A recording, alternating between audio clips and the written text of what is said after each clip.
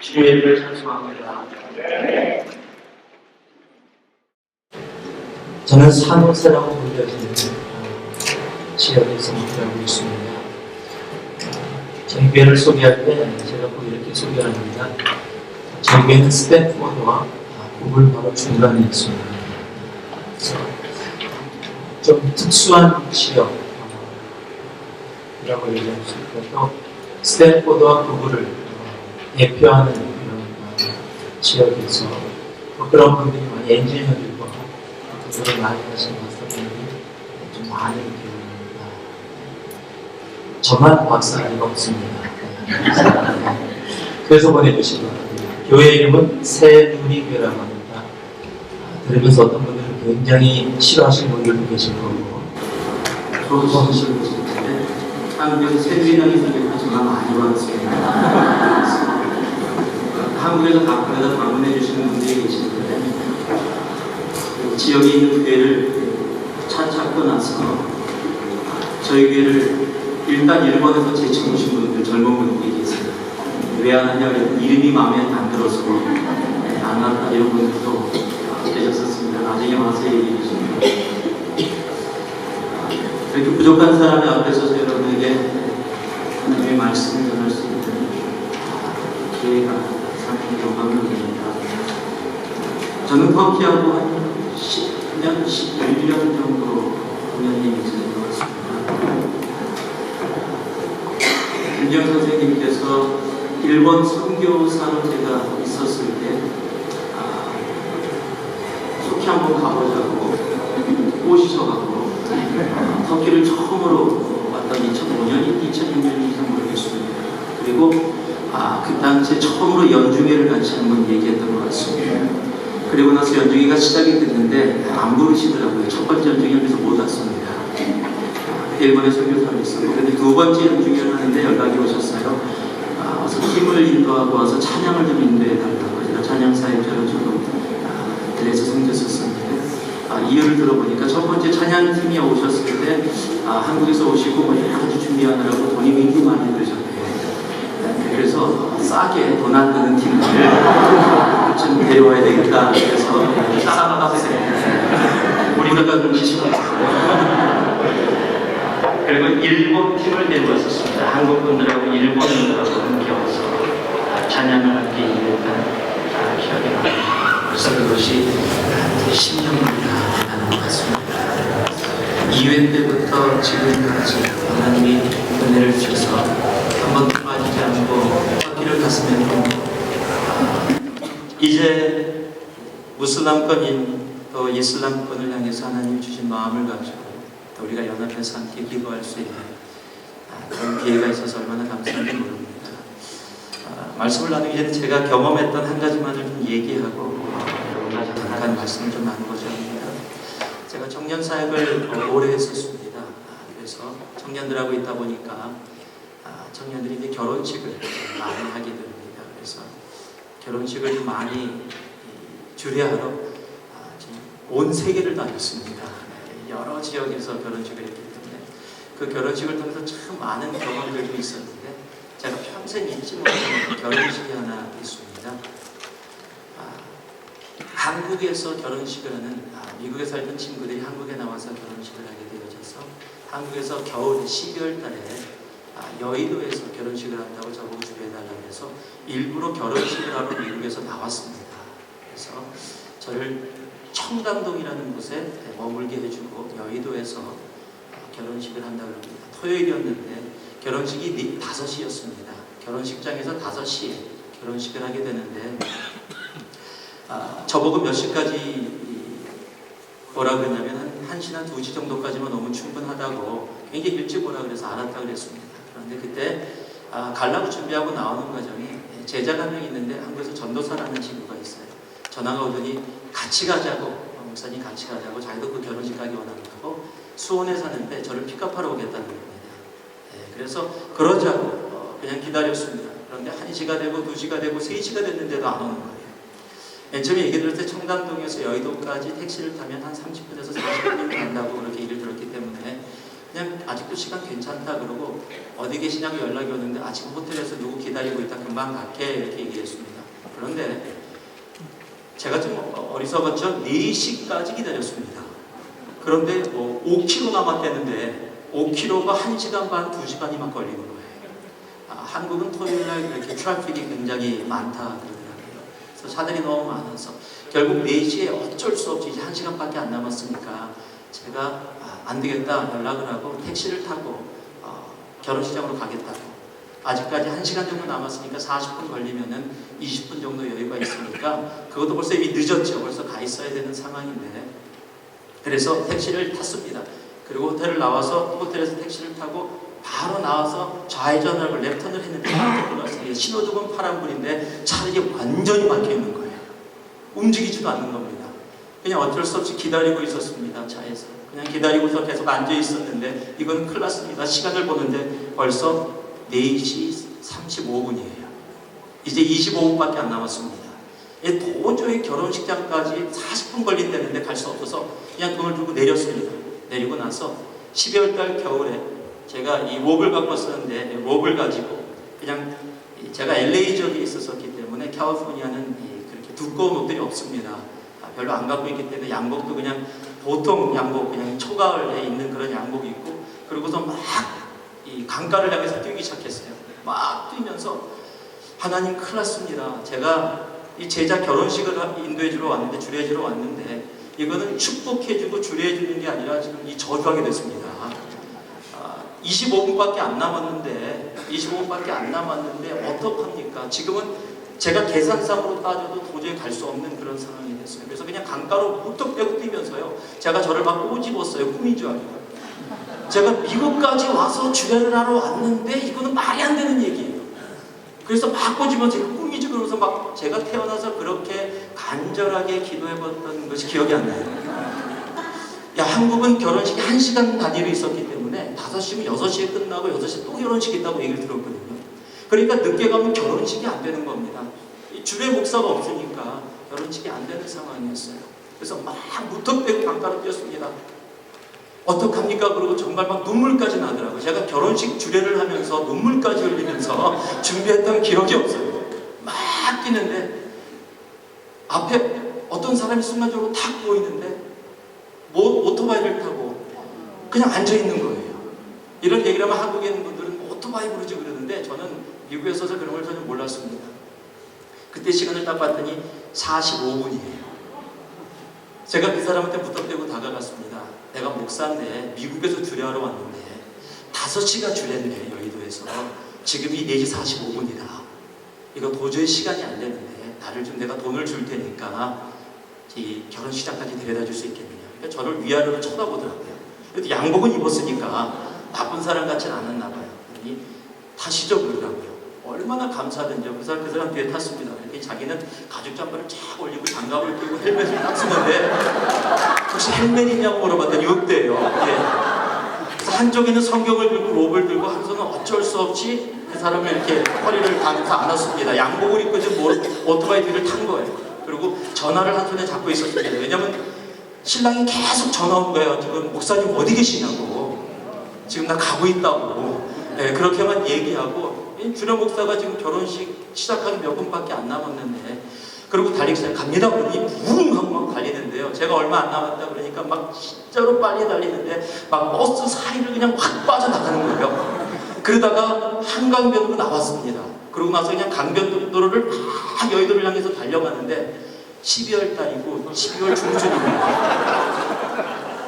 그때는 긴장을 해서 뭐 추운 것도 모르고 그냥 달려가는데 모터사이클을 탔는데 갑자기 바람이 부는데요. 그때 제가 렌즈를 끼고 있었습니다. 컨택 렌즈를 끼고 있었어요.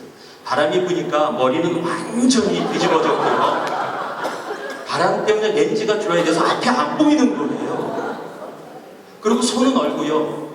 다리 양복 사이로 바람이 들어오니까 다리가 자동으로 떨려요. 막 그냥. 이건 도저히 어떻게 전화가 오는 거예요. 다른 것들 보니까 신랑이에요. 그래서 전화를 한 손으로 이렇게 하고 열었습니다. 그래서 왼손으로 바꿔갖고 여보세요? 그랬더니 목소리가 화가 났어요. 이제 신랑이. 주례 목사가 안 나타나니까 이제 몇 분 안 남았어요. 그러니까 목사님 어디 계세요? 벌써 화난 목소리, 짜증난 목소리. 근데 입이 얼어갖고 말이 안 나오는 거예요. 지금 이 강변도를 지금 한번 여러분 상상해 보세요. 이 양복 입고 머리는 완전히 제쳐진 상태에서 부들부들 떨면서 모터사이클 오토바이 뒤에 타고 있으니 제가 나 말 못해 그리고 끊어버렸어요. 할 수도 없었고 입이 얼어갖고. 네. 그러고서 막 따르고 달려가고 결혼식 앞에 딱 도착했습니다. 내렸어요. 내려서 제가 돈을 지불하겠다 그러니까 그 사람이 괜찮다고 빨리 들어가시라고. 보통 때 같으면 뭐 명함이라도 달라고 이름하고 전화번호라도 받겠는데 그럴 상황이 아니잖아요.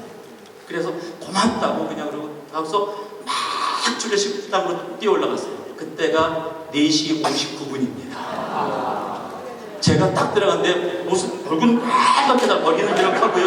목살이 타고 나타나니까 바로 앞에서 신랑이 쳐다보더니 아무 말도 못해요. 제가 야 잠깐만 기다려 그리고 화장실 들어가서 정리하고요. 그랬더니 안내하는 사람이 오더라고요. 데려가고서 줄이 단상으로 올려요. 줄에 앞에 서서 모른 척하고 성도들은 모르니까 오신 분들은 모르니까 이제 결혼식을 시작하겠습니다. 아주 자연스럽게. 그러고 나서 나중에 신랑 신부한테 얘기했더니 막 웃고 난리가 났어요. 한편의 드라마를 찍었습니다. 정말로. 제가 결혼식을 주례하면서 그래 본 적이 없어요. 그리고 결혼식 주례 때문에 그렇게 마음 졸이고 하나님 앞에 정말 하나님 이 기도 안 들어주시면 이제 제가 젊은이 사역은 끝입니다. 손목사 주례 부탁하면 축복이 아니라 저주받는다. 이렇게 되기 때문에 제가 지금 이제 청년 사역 못합니다. 정말 간절히 하나님이요 드라마 찍듯이 이거 완전히 영화지 않습니까? 1분 전에 도착해서 들어가서 5시에 정확하게 결혼식을 시작했으니까요. 그때 제가 깨달은 게 하나 있습니다. 한번 따라해 보세요. 옆 사람을 보시면서요. 기도하면 오토바이 탄다. 기도하면 하나님이 어떤 영적 오토바이를 주십니다. 우리가 기도하러 모였잖아요. 정말 기도하면 하나님께서요. 정말 드라마에만 나오는 이야기들을 우리의 삶 속에 현실로 만들어주시더라고요. 그저 성경에 있는 기적과 같은 얘기 나하고 상관이 없다라고 느껴지는 이야기인데 그 이야기가 나의 이야기가 되더라고요. 남의 이야기가 아니라 내가 드라마의 주인공처럼 그냥 드라마 보면서 와 저런 사람 어떻게 저렇게 저런 일이 되어질 수 있을까? 여러분이 한국에서 굉장히 많이 봤던 말입니다. 요즘 한때 유행했었죠. 이 어려운 일을 내가 하지 말입니다. 분명히 주인공 죽었었는데 다시 살아나는 일은 이거 드라마니까 그렇게 이야기하는데 기도하면 여러분 우리들의 삶에 하나님이 그러한 일들을 이루어 주시더라고요. 하나님의 기적은 남의 것이 아닙니다. 바로 우리의 것입니다. 우리가 기도하러 이곳에 모였잖아요. 그래서 함께 기도하고 정말 지금 이 순간까지 함께 나아가는데 우리가 기도할 때마다 하나님께서 분명히 우리의 기도를 들으시고 오늘 아침에 목사님 말씀하신 황폐진 이 땅이 정말 사막에 정말 강이 나고 숲이 생기고 하나님의 역사가 일어나는 것처럼 그러한 일들이 분명히 이루어질 겁니다. 우리가 믿으면서 정말 여러분의 삶 가운데 영적 오토바이를 많이 타시기 바랍니다. 그러한 드라마 같은 기적들이 기도 가운데 여러분의 삶 속에 계속 이루어지길 소망합니다. 이건 말씀이 아니라 그냥 말씀하고 상관없는 얘기를 제가 꼭 하고 싶었었습니다.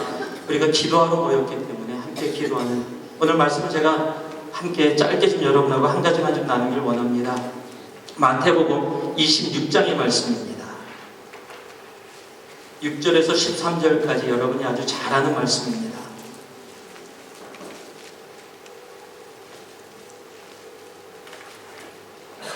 우리가 한 목소리로 함께 좀 봉독해 올리길 바랍니다. 저희 교회에서는 말씀을 봉독할 때 다 일어나서 합니다. 우리 함께 일어나서 우리 하나님의 말씀을 말씀 그대로 함께 읽을 수 있기를 바랍니다. 우리 6절부터 13절까지 우리 함께 봉독하겠습니다. 시작. 예수께서 베다니 문둥이 시몬의 집에 계실 때에 한 여자가 매우 귀한 향유 한 옥합을 가지고 나와서 식사하시는 예수의 머리에 부으니 제자들이 보고 분하여 가로되 무슨 의사로 이것을 허비하며 이것을 많은 값에 팔아 가난한 자들에게 줄 수 있었겠도다 하거늘 예수께서 하시고 저희에게 이르시되 너희가 어찌하여 이 여자를 괴롭게 하느냐 저간에게 좋은 일을 하였느니라. 가난한 자들은 항상 너희와 함께 있거니와 나는 항상 함께 있지 아니하리라. 이 여자가 내 몸에 이 향유를 부은 것은 내 장사를 위하여 함이니라. 내가 진실로 너희에게 이르노니 온 천하에 어디서든지 이 복음이 전파되는 곳에는 이 여자의 한 일도 하여 저를 기념하리라 하시니라. 오늘 이 본문에는 두 종류의 사람이 나옵니다. 한 사람은 참 똑똑한 사람입니다.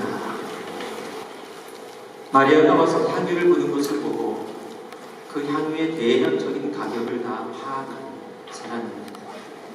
오늘 마태복음은 제자들이라고 이야기하고 있지만 요한복음은 그것을 가론유다라고 정확하게 이야기해주고 있습니다. 그리고 오늘 말씀에 나오는 또 한 사람은 바로 마리아라는 사람입니다. 그런데 가론유다는 우리 그 끝을 알고 있습니다. 가론유다는 당시에 예수님과 함께 가던 12 제자 중에 한 명이었습니다. 마리아는 정말 하나님이 자신을 구원해 주시고 또 자신의 삶 가운데 새로운 생명과 소명을 주심을 감사함으로 자기가 가지고 있었던 생명을 갖는 향유 옥합을 깨서 주님의 머리에 모든 것을 다 였던 사람입니다. 그런데 오늘 본문 말씀을 보면요, 마리아의 모습이 참 특이합니다. 성경은 이렇게 기록해 놓고 있습니다. 예수께서 베다니 나병 환자 시몬의 집에 계실 때 예전에는 문둥이라고까지도 좀 그런 말로 표현해 놨었습니다. 이스라엘 문화에서 나병 환자는 저주받는 사람입니다. 그래서 가까이 하면 안 됩니다. 내가 그 사람을 봐서 가까이 있는 것을 알게 되면 오히려 멀리 피해서 그 사람을 돌아서 가는 것이 당시의 모습입니다. 그런데 오늘 성경은 일부러 기록해 놓고 있어요. 주님께서 베다니 나병 환자 집에 계셨다라는 겁니다. 바로 그때에 마리아가 예수님을 찾아갑니다. 여러분, 보통 사람 같으면요, 나병 환자 집에 있으면 가지 않아야 됩니다. 예수님이 베다니의 나병 환자집만 아니라 또 다른 곳에도 분명히 있을 수 있으니까 오늘 왜 예수님 거기 계시지? 지금 다른 곳에 있을 때. 왜냐하면 사람은 환경이라는 것이 굉장히 그 사람에게 영향을 끼치기 때문입니다. 모든 목사님들이 이번에 얘기하십니다. 오기가 힘들었다고요. 뭐 유서까지 쓰시고 막 못 오시겠다고 전부 다 했던 분들도 많이 계십니다. 저희들도 그런 얘기 다 들었습니다. 환경이 어려웠습니다. 바로 오기 전까지도 뭐 폭탄 테러가 앙카라에서 이루어졌다. 5월 초에도 뭐 자동차에서 폭발해가지고 일이 이렇게 됐었다. 막 이런 일이 있었다. 소식들이 막 계속해서 신문지상에서 나왔습니다. 인터넷에 들어가서 보면은 한국도 미국도 가능하면 여행 가지 마십시오. 이렇게 다 경고를 했습니다. 미국 인터넷에 들어가면은요, 이렇게 적혀 있어요. 이즈밀에 있는, 앙카라에 있는 미국 사람들을 전부 다 옮겼다라고 얘기하고 있습니다. 그렇게까지 기록해 놓은 곳에 돈을 내고 가겠다니. 여러분, 그런 환경을 향해서 온다는 것은 참 똑똑하지 못한 사람들입니다. 여러분들은, 여기 계신 분들은 똑똑한 사람이 하나도 없어요. 전부 다 똑똑하지 못해서 여기 앉아 계시는 거예요, 지금. 계산이 안 되는 거예요, 지금. 지금 상황이 어떤 상황인지 계산을 못하는. 그런데요, 하나님은 그 똑똑하지 못한 마리아를 향해, 우리의 주님은 그 마리아를 향해 복음이 전해지는 곳곳마다 이 여자가 행한 일이 기억되리라 말씀해 주시는 겁니다. 여러분, 세상이 기억하는 사람이 아니라 하나님이 기억해 주는 사람이 바로 하나님이 원하시는 일을 행하는 사람입니다. 하나님의 뜻에 순종하고 하나님의 일을 행하기에 하나님은 그 사람을 기억해 주시는 겁니다. 우리는 사람에게 기억되기 위해서 이 자리에 온 것이 아닙니다. 우리는 우리가 원하는 일을 행하기 위해서 이 자리에 온 것이 아니라 바로 하나님이 기뻐하시는 겁니다. 이곳에 와서 무슬람을 우리의 가슴에 품고 이곳의 약한 교회들에게 우리가 함께 그들과 함께 기도하며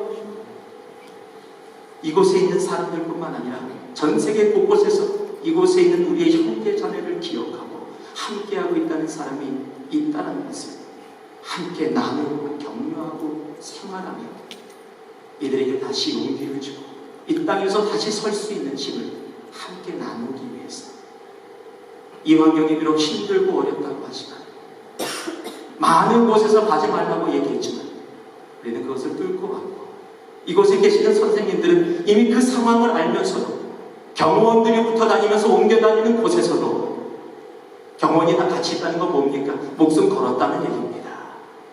그곳에서도 복음을 들고 나아가는 여러분들은 참 세상 사람이 보기에는 똑똑하지 못한 사람들입니다. 그런데 하나님은요, 똑똑하지 못한 그런 환경을 어떻게 보면 무시하고 사는 그런 사람을 하나님은 더 기억해 주시는 겁니다. 제가 성도님들을 데리고 수년 전에 캄보디아 선교를 간 적이 있었습니다. 캄보디아 가서 선교를 가고 하는데 선교사님이 계획에 없던 일을 얘기해 주시면 캄보디아가 얼마나 덥냐면요, 또 여름에 갔었습니다.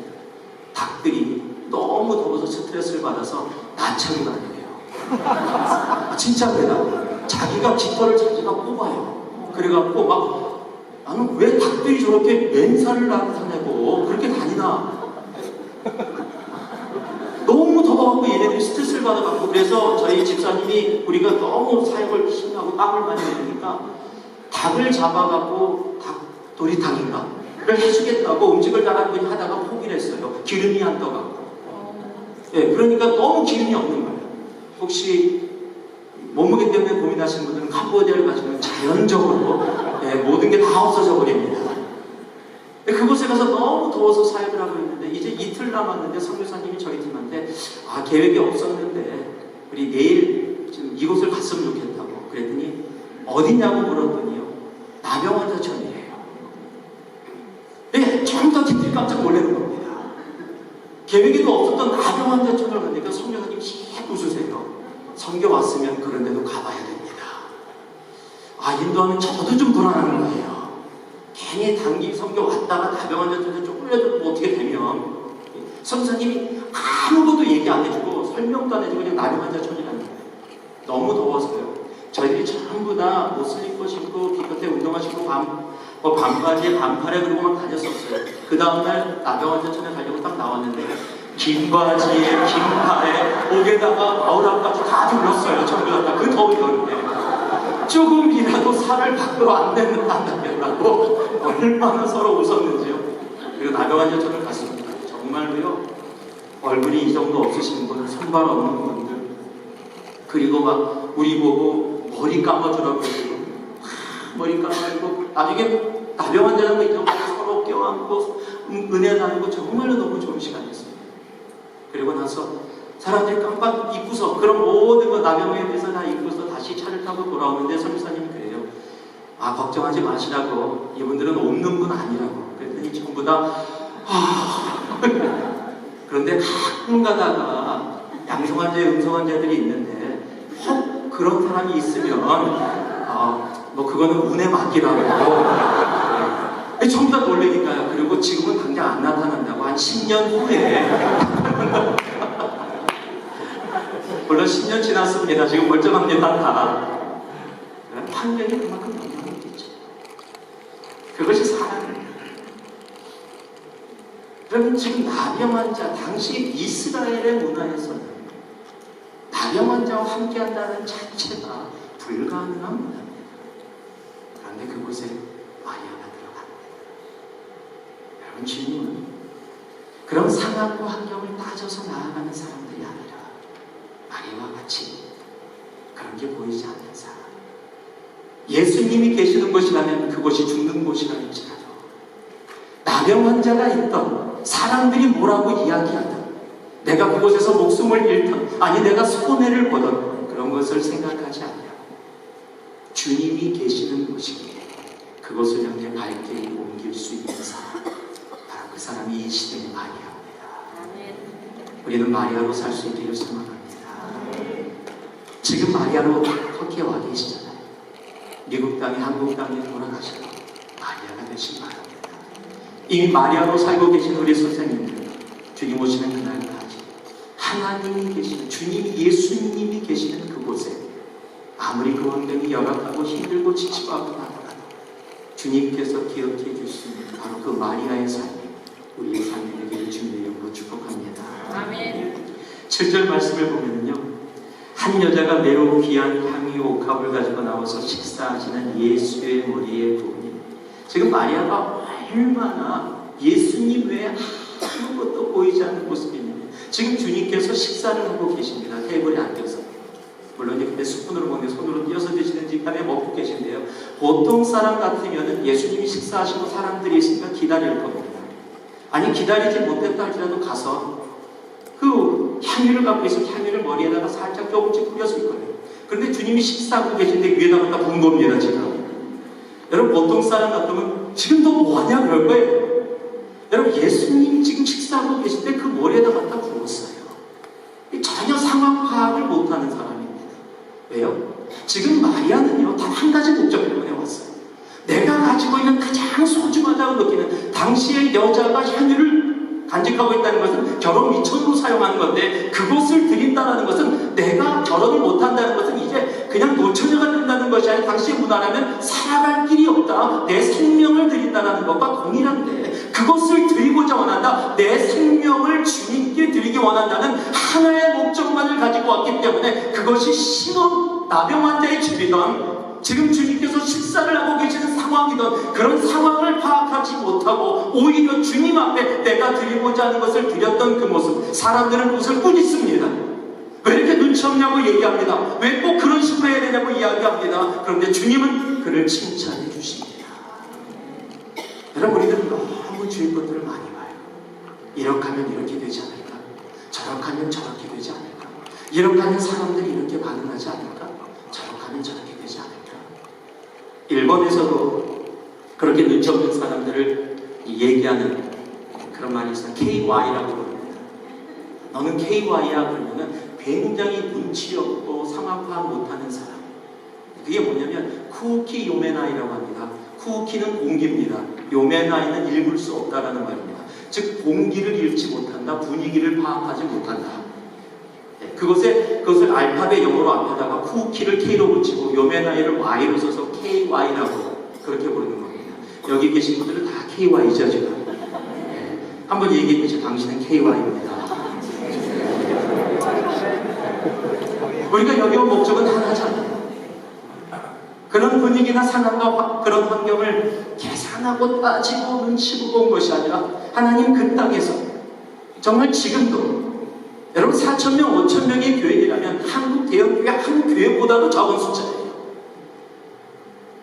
그 숫자가 이곳에서 정말로 복음 예수 때문에 자신의 생명까지 내놓고 나아가야 하는데, 우리가 조금 물질 손해보고 시간 손해보고 조금 위험이 있다고 해서 가지 않는다면, 그런 것 따져서 움직이지 않는다면, 복을 누리고 땅끝까지 나아가라는 주님의 말씀에 내가 상황을 파악하고 땅끝은 지금 위험하니까 가지 못하고 상황이 안 되니까 가지 못한다라고 이야기한다면 우리는 다른 데다와 다른 것이 하나도 없습니다. 우리는 마리아처럼 주님께서 주시는 그 목적 하나 때문에 모든 것을 내려놓고 나아갈 수 있는 그런 모습으로 계속해서 나아갈 수 있어야 합니다. 지금 여러분들이, 우리 선생님들이 그렇게 모든 것을 내려놓고 이곳에 있는 지금 이 시대에 이 터키의 마리아임을 믿습니다. 주님이 이미 기억하고 계시고요. 복음이 전해지는 곳마다 우리의 주님은 여러분이 행하시는 그 순종의 모습, 여러분이 계신 그 향유의 옥합을 주님께서는 이미 알고 계십니다. 가룟 유다 제자들이 그것을 보고서요 이렇게 8절에 얘기합니다. 제자들이 보고 분하여 가로되 무슨 의사로 이것을 허비하느냐. 지금 계산이 다 됐습니다. 무엇 때문에 허비하냐고 얘기합니다. 이것을 많은 값에 팔아 가난한 사람들에게 줄 수 있었겠도다 하거늘. 향유만 보고서요 이게 얼마짜리인지 알아요. 계산이 다 나온 겁니다. 계산이 나온다는 얘기는 그것을 알고 있다는 그 순간에도 모든 계산이든 참 똑똑한 사람입니다. 여러분 그래서 바로 유다가 은 30냥의 예수를 팔았는지 몰라요. 이익을 내기 위해서, 예수님을 쫓았던 것도 자신의 이익, 자기가 원했던 것을 이루기 위해서 계산 속에서 이미 모든 것이 끝나고 예수님을 쫓았었는지도 모릅니다. 세상 참 똑똑한 사람 많습니다. 계산 잘하는 사람 참 많습니다. 그런데 하나님은 세상이 이야기하는 똑똑하고 계산 잘하고 사회 판단 빠르고 뭐를 해도 잘하고 상황 파악 좋고 눈치 잘하고 잘 보는 눈치도 있는 그런 사람이 아니라 마리아처럼 나병 환자처럼 그곳에 가면 모든 사람이 저주를 받는 곳이라고 더러워진다고 부정해진다고 얘기하는 곳인데도 예수님이 계시기에 그 문을 들어섭니다. 주의 제자들이 있고 식사라고 상황에서 좀 향기를 낄 수 있는 상황이 아닌데 예수밖에 보이지 않게 그 위에 자신의 생명 같은 향유를 떼서 붓습니다. 다른 거 생각하지 않고 예수만 바라보고 나아가는 삶, 그 삶이 이 시대의 마리아고 주님은 그런 마리아를 지금도 이곳에서 이미 사용하고 계시고 찾고 계심을 믿습니다. 우리가 사는 땅은 참 세상에 똑똑한 사람, 머리 잘 보이는 사람들이 많습니다. 프랑스에 잔 칼맹이라는 할머니가 계셨습니다. 80세가 됐는데도 건강하셨어요. 그런데 가족이 한 분도 없으십니다. 옆집에서 오랫동안 살았던 40세가 되신 아저씨가 그 할머니하고 좋은 교제를 나눴습니다. 하루는 보니까 할머니랑 얘기하다 보니까 가족도 아무도 없는데 집이 굉장히 좋은 집이에요. 지금으로 얘기하면 $1,000,000 하우스예요. 요즘 뭐 미국은 100만 불짜리가 저희 동네는 굉장히 쓰러지는 초과 상단입니다. 동물이 너무 막 집값이 올라가고 요즘 한 그래도 한 300, 400만 불 정도 돼야 집 같다 이렇게 얘기되어지는 뭐 그런 세상이 됐지만 어쨌든 엄청나게 좋은 하우스입니다. 그 옆에 있는 아저씨가 욕심이 생겼어요. 그래서 그 할머니한테 이렇게 할머니 가족도 혼자 사시고 이 집만 갖고 계신데 이렇게 하면 어떨까요? 할머님이 사시는 동안에 제가 매달 400불에서 500불, 제 가게만 400불을 드리겠습니다. 아무것도 조건 안 달겠습니다. 할머님이 생전에 계시는 동안 제가 매달 400불을 드릴 테니까 할머님이 돌아가시면 이 집을 저에게 주십시오. 계약을 합시다. 그래서 계약을 했습니다. 할머니가 생각하니까 괜찮아요. 자, 이 남자는 계산이 다 끝났어요. 한 달에 400불이면 1년이면 얼마입니까? 6,000불? 5,000불? 예, 5,000불 정도 된다고 합시다. 얼마요? 4,800, 5,000불 정도잖아요. 예, 200불까지 계산하고 그러지 말라 그랬잖아요. 예, 똑똑하셔 되자고. 예, 5,000불이라고 하자고요, 그냥. 예. 5,000불, 10년을 하면 얼마입니까? 5만불. 20년을 해도 10만불밖에 안 돼요. 할머님이 지금 80세니까 많이 사셔야 10년, 아니 정말 오래 사신다고 해도 20년 10만불 들어가는 겁니다. 그리고 100만불짜리 집을 갖는 거니까 어떻게 계산을 해도 이건 이익이에요. 그 계약서를 쓰고 너무 좋아했습니다. 기쁨으로 매달마다 400불씩 할머니한테 보냈어요. 근데 할머니가 워낙 건강하세요. 10년이 지났는데도 건강하세요. 20년이 지났는데도 건강하세요. 30년이 지났는데도 안 돌아가셨어요. 40년이 지났는데도 안 돌아가셨어요. 40년째 그 아저씨가 먼저 돌아가셨어요.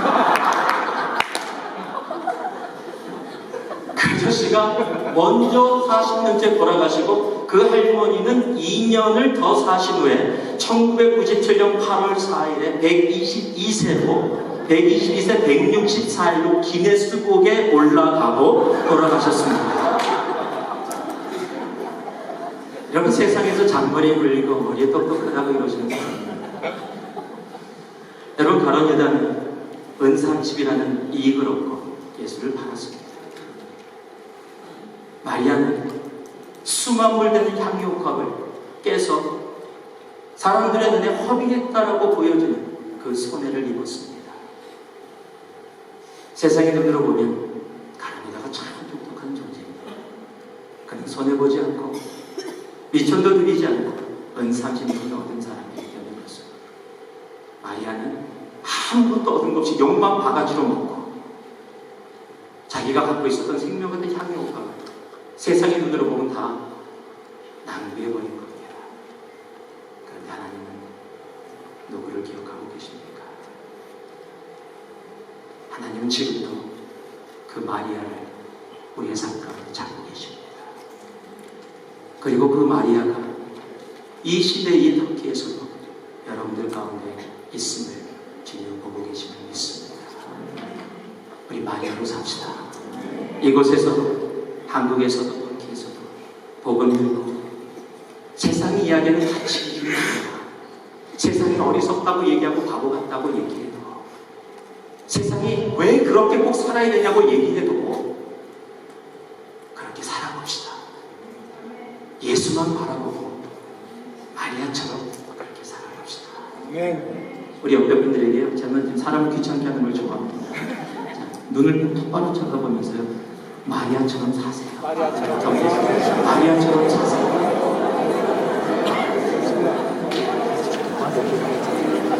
이제 내 양옆에 있는 사람을 위해서 기도합니다.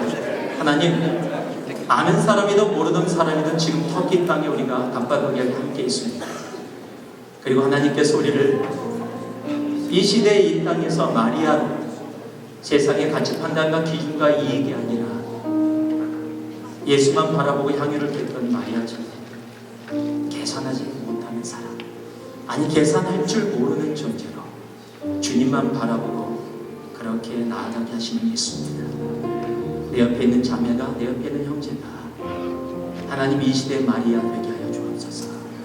내 옆에 있는 이 터키에서 정말 삶을 감당하시는 선생님들, 하나님 지금 마리아처럼 세상에서 욕을 먹고 아무것도 보여줄 수 없고 내가 가진 향유값은 다 깨서 드렸음에도 나에게 오는 것은 아무것도 없다고 느껴지고 있다면 우리 주님이 기억하고 계시다.